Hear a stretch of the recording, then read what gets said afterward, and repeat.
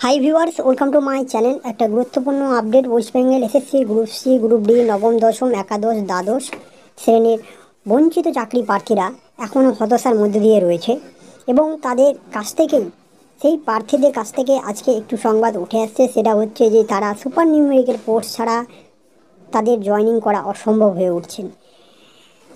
West Bengal এসএসসির group C, group D মঞ্চের সেই ছবিটা দিয়েছি। তাদের সামনে কথাবার্তা হলো এবং তারা আলোচনার মধ্য দিয়ে জানালো যে আমরা যতক্ষণ পর্যন্ত নিয়োগ পাচ্ছি না ততক্ষণ পর্যন্ত আমরা অবস্থান বিক্ষোভ ছাড়ব না।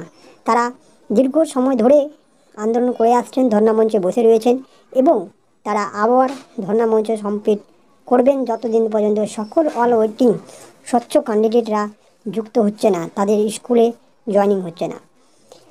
তো সকলে জয়েনিং হওয়ার জন্য হতাশ হয়েছেন এবং তাদের সুপার নিউমেরিক্যাল পোস্ট নিয়ে তারা আহ্বান জানাচ্ছেন যেন তাদেরকে সুপার নিউমেরিক্যাল পোস্ট দেওয়া হয় এবং সেই পোস্টের মাধ্যম দিয়ে যেন তাদের নিয়োগ দেওয়া হয়।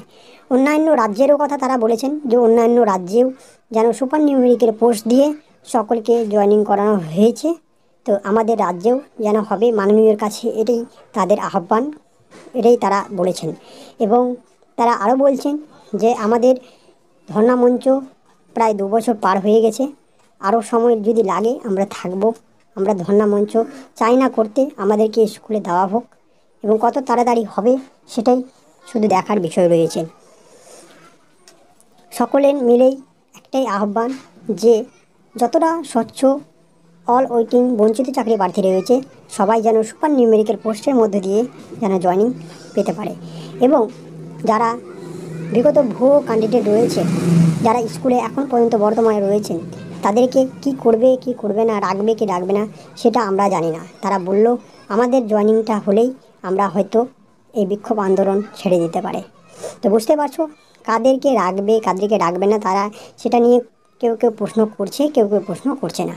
তাদের নিয়োগটা হলেই তাদের অবস্থান বিক্ষোভটা বন্ধ হবে, কারণ তাদের সময় পেরিয়ে যাচ্ছে, তাদের বয়স কমছে না, বয়স বাড়ছে।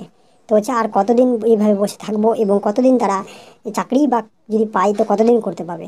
তাই তারা আর ধৈর্য সীমা রাখতে চাইছে না, তার প্রয়োজন পড়লে তারা আন্দোলনের পথে আবার নামতে পারে। ধন্যবাদ।